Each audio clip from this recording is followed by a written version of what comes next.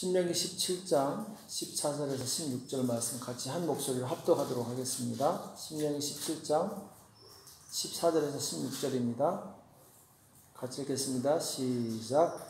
내가 내 하나님 여호와께서 내게 주시는 땅에 이르러서 그 땅을 얻어 거할 때 나는 우리도 우리 주위의 열국같이 우리 위에 왕을 세우리라는 뜻이 나거든 반드시 내 하나님 여호와의 택하신 자를 내 위에 왕으로 세울 것이며 내 위에 왕을 세우려면 내 형제 중에서 한 사람으로 할 것이요 내 형제 아닌 타국인을 내 위에 세우지 말 것이며 왕된 자는 말을 많이 두지 말 것이요 말을 많이 얻으려고 그 백성을 애굽으로 돌아가게 할 것이니 이는 여호와께서 너에게 이르시기를 너희가 이후에는 거기로 다시 돌아가지 말 것이라 하셨습니다. 아내를 많이 두어서 그 마음이 미혹되게 할 것이며 16절까지 읽겠습니다. 많이 쌓지 말겠습니다. 이스라엘 왕의 규례라는 제목으로 같이 말씀을 나누겠습니다.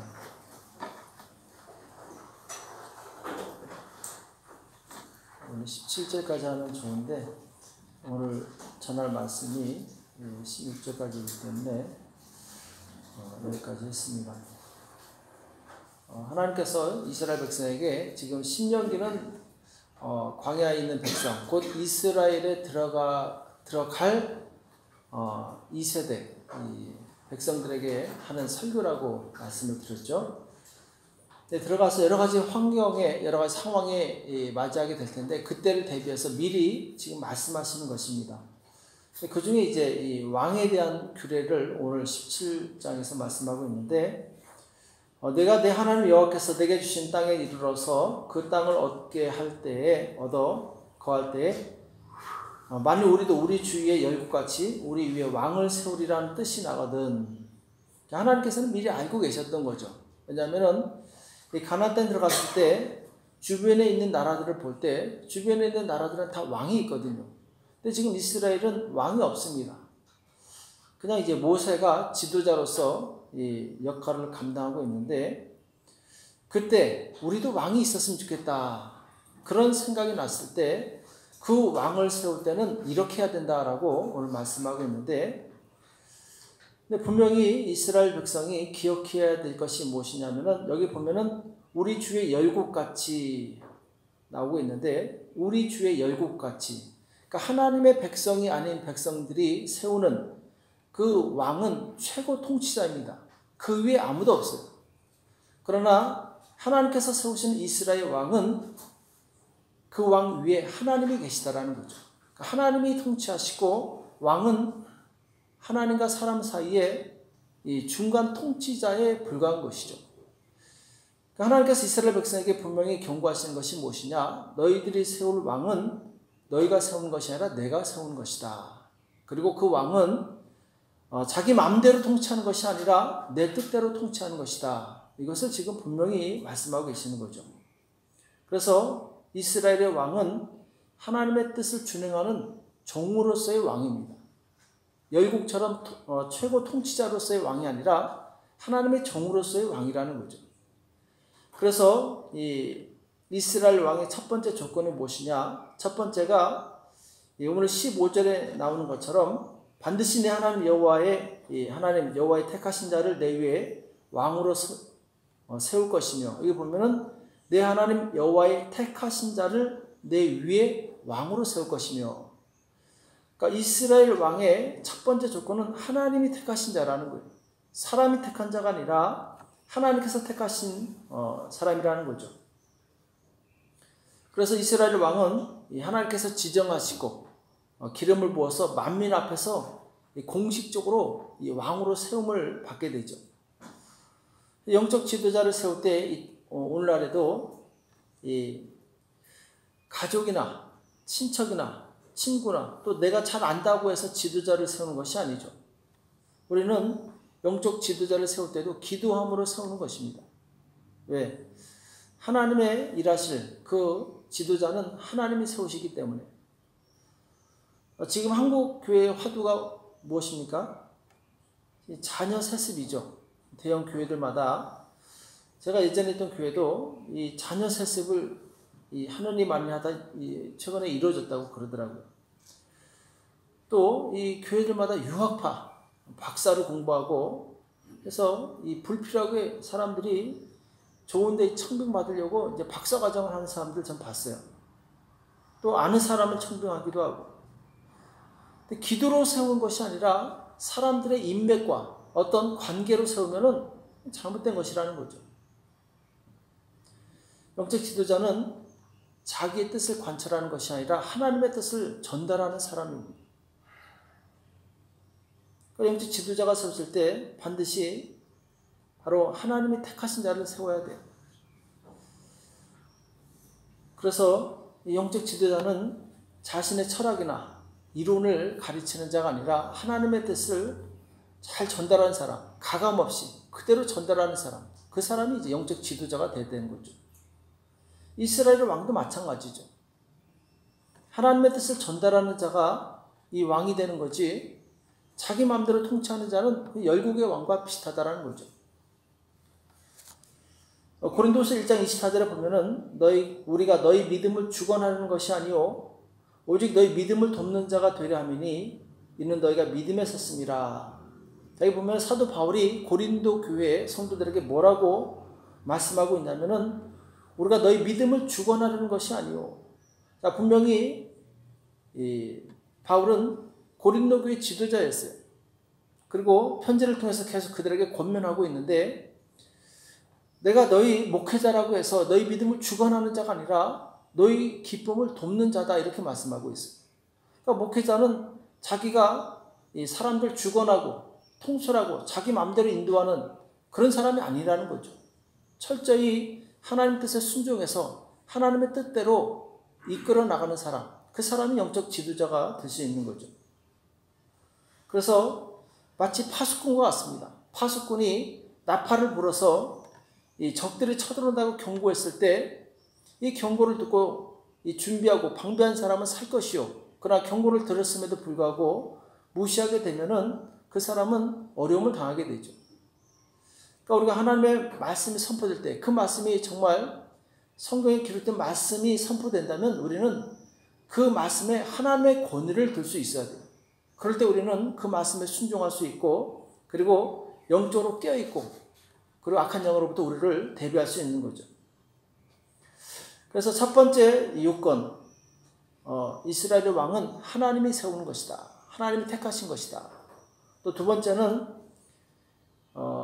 역시 15절에 나오죠. 내 위에 왕을 세우려면 내 형제 중에서 한 사람으로 할 것이요 내 형제 아닌 타국인을 내 위에 세우지 말 것이며. 자, 왕은 반드시 내 형제 위에 세우라 이렇게 말씀하고 있죠. 자, 왜 형제 중 한 사람을 세워야 되느냐? 자, 형제 중 한 사람, 어려서부터 하나님을 배워서 알고 또 그 공동체를 잘 이해하는 사람이 왕이 되어야 된다는 거죠. 하나님이 누군지도 모르고 그리고 이스라엘 백성의 어떤 문화적 특성, 성향을 모르는 상태에서 왕이 되면은 문제가 될 수 있는 거예요. 성경에 보면은 이스라엘 백성을 죄악으로 이끌었던 많은 이 사람들이 있는데 그 중에 대표적인 사람이 이세벨이라는 여자죠. 이 사람은 이방 여자였어요. 바로 이 아합 왕과 결혼해서 아합 왕을 끊임없이 충동질합니다. 왜냐하면 자기가 태어나서 자란 그 지역, 저 두루 지방, 저 위쪽이죠. 지중해 연안에 있는 그 나라는 어려서부터 우상을 섬겼어요. 그러니까 문화 속에서 자랐기 때문에 뿌리 깊게 그 우상 숭배의 문화가 있었던 거죠. 이 사람 보고 배운 게 우상 숭배이기 때문에 자꾸 아합 왕을 충동해서 우상을 숭배하게 합니다. 아합 왕도 참 어리석죠. 계속 여자의 말을 따라가요. 결국 이스라엘 백성을 큰 이 위기 가운데, 환난 가운데, 하나님의 심판 가운데 이끌게 되죠. 솔로몬도 처음에는 정말 이 믿음의 사람이었는데 노년에 변질됩니다. 왜 그러느냐? 바로 정략적으로 이방의 여자들과 결혼을 하게 돼요. 평화는 하나님이 주시는 건데 자기 힘으로 평화를 만들기 위해서 주변에 있는 나라들과 그 왕인들의 공주와 딸하고 결혼해서 평화를 이끌어 가려고 해요. 그리고 그 공주들이 와가지고 무엇을 하느냐? 우리 신전을 지어달라. 내가 섬기는 그 우상의 신전을 지어달라. 그걸 또 다 들어줍니다. 그러니까 솔로몬은 평생 건축하다가 끝나는 인생이에요. 하나님의 성전을 건축한 것까지는 좋았는데 이방 신전을 너무 많이 지었어요. 짓고 나니까 우상 숭배하게 되고 그 말년이 우상 숭배로 얼룩진 그 인생이 되죠. 하나님 꿈에 2번이나 나타나서 경고하시지만 듣지 않습니다. 왜냐하면 이방 여자들과 결혼했기 때문에, 그들의 영향을 받았기 때문에.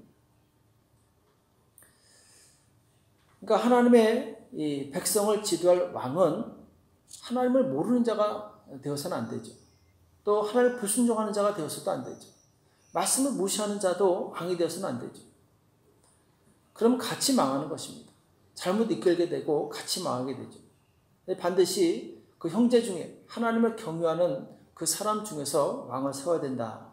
이렇게 말씀하고 있고, 자, 3번째는 이 이스라엘 왕은 말을 많이 두면 안 된다. 그리고 말을 많이 얻기 위해서 애굽으로 돌아가면 안 된다. 16절에 나오고 있죠. 왕된 자는 말을 많이 두지 말 것이요, 말을 많이 얻으려고 그 백성을 애굽으로 돌아가게 말 것이니 이는 여호와께서 너에게 이르시기를 너희가 이후에는 그 길로 다시 들어가지 말 것이라 하셨습니다.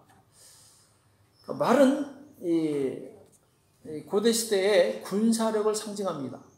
보병보다 말을 가진 그 민족이 훨씬 전쟁에 유리하게 되겠죠. 애굽은 그 대표적인 나라예요. 말이 많은 나라예요.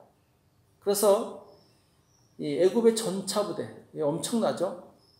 그 강력한 군사력, 그 힘으로 주변에 있는 이 나라들을 통치하게 되는데, 자, 애굽의 말은 군사력을 상징하는데 곧 하나님이 아닌 다른 힘을 의지하지 말라는 것이죠. 하나님의 백성은 이 하나님을 의지해야 됩니다. 다른 어떤 힘과 능력을 의지해서는 안 되죠.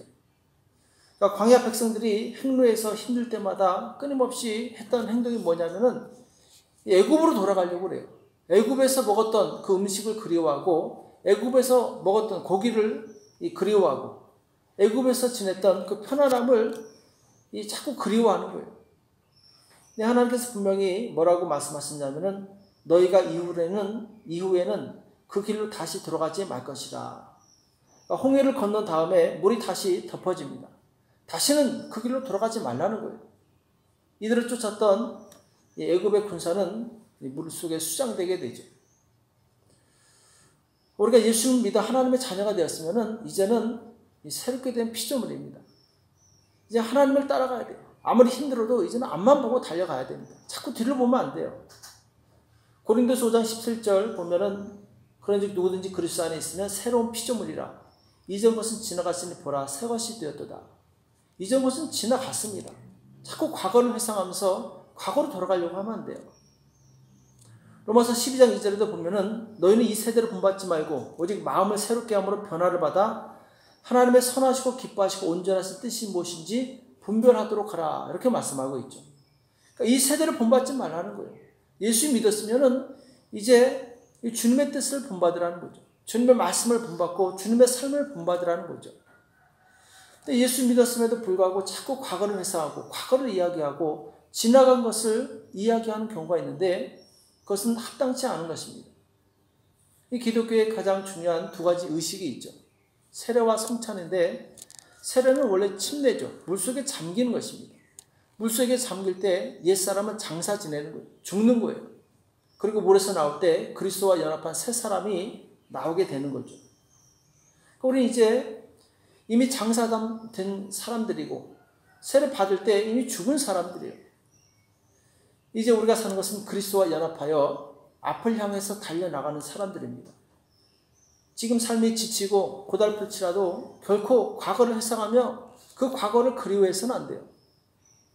예수 믿기 전의 삶은 아무리 영화롭고 아무리 축복된 삶이었다 할지라도 그것은 저주의 삶이에요. 이제 우리는 예수님 안에서 새롭게 된 피조물입니다. 앞을 보고 나가는 거죠. 과거에 나를 즐겁게 해줬던 그 세상 재물과 능력과 영광에 집착하면은 우리는 앞으로 전진할 수가 없죠. 사도 바울도 빌립보서 3장 13절 14절에 보면은 형제들 나는 아직 내가 잡은 줄을 여기지 아니하고 오직 한 일, 즉 뒤에 있는 것은 잊어버리고 앞에 있는 것을 잡으려고 표대를 향하여 그리스도 예수 안에서 하나님이 위에서 부르신 부름의 상을 위하여 쫓아가노라. 이렇게 고백하고 있어요. 사도 바울은 과거에 예수 믿는 사람들을 핍박했던 사람이고 그리고 그들을 감옥에 가두는데 앞장섰던 그런 사람이었죠. 근데 예수 믿고 나서 그는 변화돼서 이제 앞만 보고 나가는데 사단이 끊임없이 괴롭히겠죠. 너 과거에 이랬잖아. 너 과거에 악한 사람이었잖아. 혹은 너 과거에 정말 사람들한테 인정받고 존경받고 또 뛰어난 학자였잖아. 너 정말 부유한 집안이었고 너 정말 맘만 먹으면 좋은 집안에 결혼해서 행복하게 살 수 있잖아. 끊임없이 유혹했겠죠. 그러나 사도 바울은 그 유혹을 뿌리치고 과거에 집착하지 않았어요. 과거에 머물러 있지 않았어요. 끊임없이 앞을 향해서 그리스도의 표대를 향해서 달려나갔다는 것이죠. 우리도 살아가면서 많은 후회와 아쉬움과 그리고 이 과거에 대한 그림이 있을 수 있어요. 그러나 거기에 머물러 있어서는 결코 하나님이 주시는 오늘 주시는 새로운 은혜를 경험할 수 없다는 거예요. 또한 내일 주실 하나님의 능력을 경험할 수 없다는 거죠.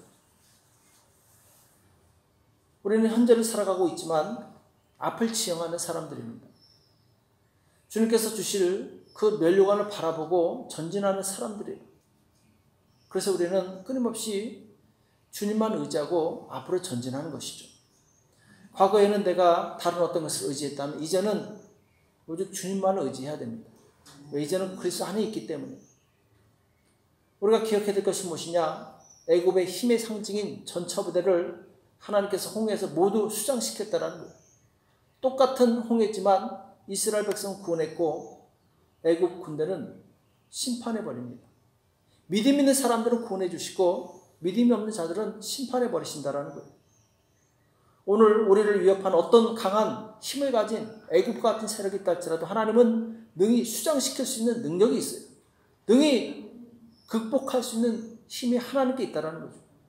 그러니까 이제 누구를 의지해야 되겠습니까? 전능하신 하나님을 의지하는 거죠. 로마서 10장 12절에 보면은 유대인이나 헬라인이나 차별이 없습니다. 한 축에서 모든 사람이 주가 되사 저를 부르는 모든 사람에게 부여하시도다. 누구든지 주의 이름을 부르는 자는 구원을 얻으리라. 오늘 이 말씀이 우리 마음에 새겨지기를 바랍니다. 누구든지 주의 이름을 부르는 자는 구원을 얻으리라. 전능하신 하나님, 그 이름을 부르는 자는 하나님께서 반드시 역사하시고 그들에게 구원을 주신다는 거죠. 여기서 말하는 구원은 우리 영혼이 구원받는 것뿐만 아니라 바로 이 땅에서 모든 어려움에서 우리를 건져주시겠다라는 그 구원을 말하고 있는 거죠. 지금 우리가 어떤 상황에 처해 있든지 우리는 주의 이름을 부르시기 바랍니다. 애굽을 이기게 하신 전능하신 하나님의 손이 우리를 또한 이 시대에 이기게 하실 줄로 믿습니다. 기도하겠습니다.